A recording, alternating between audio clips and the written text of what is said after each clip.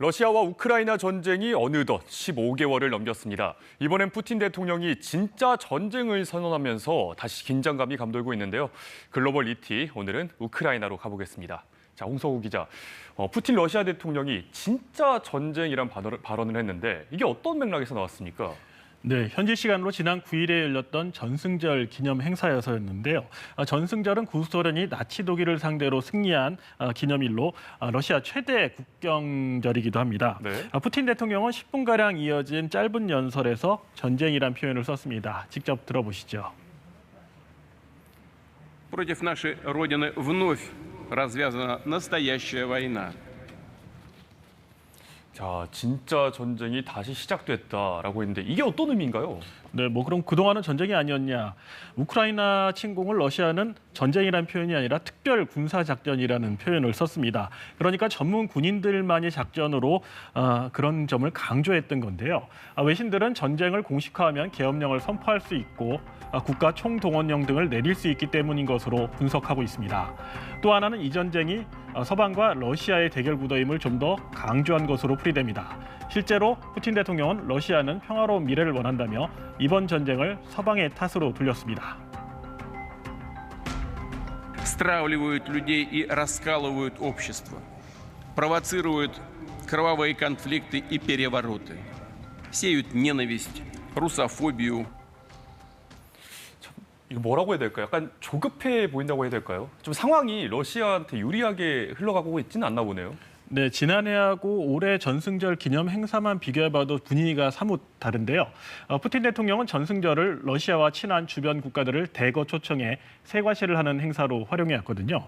그런데 올해는 모스크바 불군 광장에서만 열렸을 뿐 크림반도 등 다른 지역에선 줄줄이 취소가 됐습니다. 시민들이 참전 용사들의 사진을 들고 행진하는 불멸의 연대 행사도 열리지 않았습니다. 오히려 열병식이 열린 불군 광장에선 보안상의 이유로 탐험함 경비 속 일반인들의 출입이 철저히 통제됐는데요.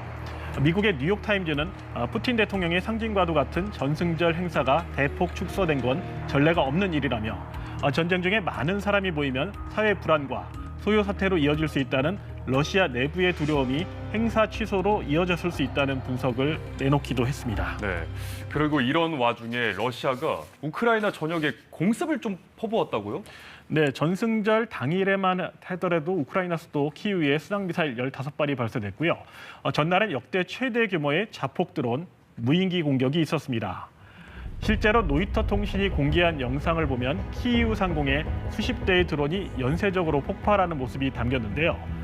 이란제 자폭 드론 샤헤드가 60여 대 동원됐고 이 가운데 절반이 키이우에 집중됐습니다. 네. 흑해 연안 도시 오데사 등 다른 도시에도 장거리 폭격기에서 순항 미사일까지 발사됐는데요. 러시아 전승절 전날인 8일 하루 동안 110여 건의 공격으로 전역에서 최소 3명의 민간인이 사망하고 28명이 다쳤다고 우크라이나 군이 밝혔습니다. 이렇게 되면 우크라이나도 가만히 있을 것 같지는 않은데요? 네, 외신 보도를 종합해 보면은 우크라이나의 대반격은 이 자포리자 원전 지역에서 시작될 것으로 관측되고 있습니다. 네. 이 자포리자 원전은 유럽 최대 원전으로 현재 러시아군이 점령 중인데요. 이미 주민 대피령이 내려졌다고 합니다. 우크라이나가 이미 반격을 시작했다는 분석도 있습니다. 최근 러시아가 점령하고 있는 크림반도에 석유 저장 시설이 불탔는데요. 우크라이나는 자신들이 했다고 밝혔습니다. 자, 이달 초에 푸틴 대통령이 집무실이 있는 관저가 있는 크렘린 궁도 드론 공격을 받지 않았나요? 네, 이번 전쟁의 특징함은 아무래도 드론 공격일 텐데요. 현지 시각으로 지난 3일 밤에 있었죠. 당시 영상을 보면 크렘린궁 상공에 정체불명의 물체가 다가오더니 지붕 위에서 폭발을 했습니다. 러시아는 이 무인기 공격 배후로 우크라이나와 미국을 지목했는데요. 양국은 모두 부인했죠. 오히려 러시아의 자작 테러 가능성을 언급하기도 했습니다. 현재 최대 격전지인 동부 바흐무트 지역에선 양측의 치열한 전투가 벌어지고 있습니다. 자, 이제 전쟁도 어느덧 15개월에 접어들었는데 해결될 좀 기미가 보이지 않는 것 같아요. 네, 유엔 사무총장이 최근 스페인 한 언론하고 한 발언을 챙겨볼 필요가 있는데요. 양국 간 평화 협상이 가능하다고 생각하지는 않는다. 이렇게 비관적으로 말했습니다. 그 이유가 양측이 모두 이길 수 있다고 자신하고 있기 때문인데요. 네. 실제로 푸틴 대통령은 전승절 연설에서 전쟁 승리를 다짐하고 있고요.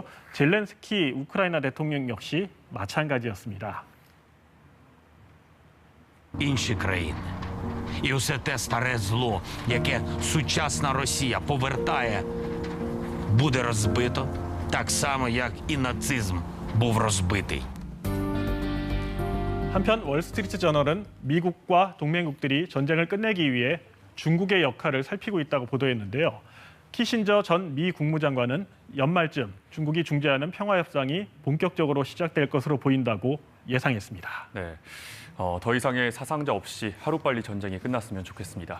홍성우 기자 잘 들었습니다.